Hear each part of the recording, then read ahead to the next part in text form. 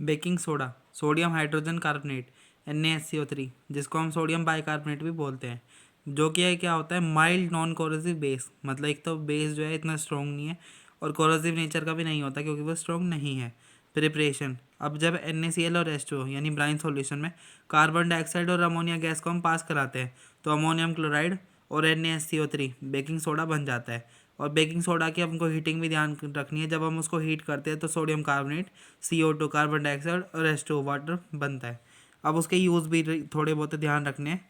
जो baking soda है उसका यूज़ किस में होता है, किचन में होता है, कुकिंग फास्टर के लिए, फास्टर कुकिंग के लिए। जैसे छोले वगैरह होते हैं बहुत ज़्यादा केड़े होते हैं ना, तो उसमें हम बेकिंग सोडा मिला के छोड़ देते हैं तो वो जल्दी से उबल जाते हैं। For making tasty and tangy pakoras, मतलब जो पकौड़े हैं मतलब उनको क्रिस्पी नेचर देने के लिए किसका काम होता है, बेकिंग सोडा का ही होता है। अब बेकिंग पाउडर बनाने का भी काम बेकिंग सोडा से ही होता है। जैसे ही मतलब बेकिंग सोडा NaSCO3 में हम कोई भी एक माइल्ड एडिबल एसिड, मतलब एक तो वीक हो और जो खाने लायक हो, उस एसिड को जब हम मिला देंगे तो क्या बन जाएगा, बेकिंग पाउडर। जैसे रिएक्शन दी है NaSCO3 और H+, मतलब बेकिंग सोडा में हमने एक माइल्ड एडिबल एसिड से हमने क्या लिया है, H+, जिससे रिएक्शन से क्या बनेगा, जो भी एसिड के साथ एनायन होगा उसी सोडियम का सॉल्ट बनेगा, कार्बन डाइऑक्साइड बनेगी और वाटर बनेगा। जो यहाँ पे कार्बन डाइऑक्साइड बनी है, इसी का काम क्या है, जो ब्रेड और केक वगैरह होते हैं उसको सॉफ्ट बनाने का और स्पॉन्जी, मतलब बहुत ज़्यादा पतला मतलब हल्का करने का काम किसका होगा, यहाँ पे कार्बन डाइऑक्साइड का होगा।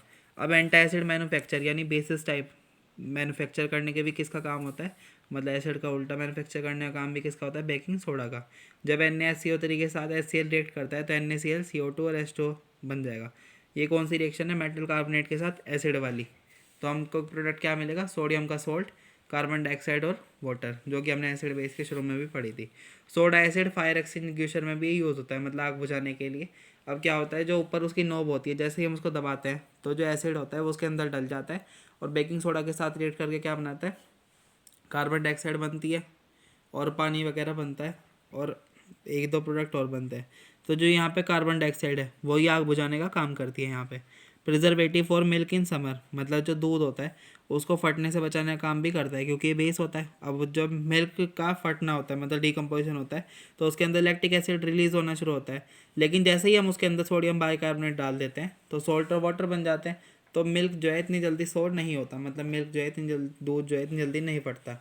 अब बॉन्डिंग भी थोड़ी सी हम ध्यान रख सकते हैं। अपना एक इलेक्ट्रॉन देगा ऑक्सीजन को, ये NaCO3 Na+ और SCO3- से बनेगा। ये उसका स्ट्रक्चर मैंने बना के रख रखा है, जब बॉन्डिंग सीखेंगे तो अच्छे से आ जाएगा।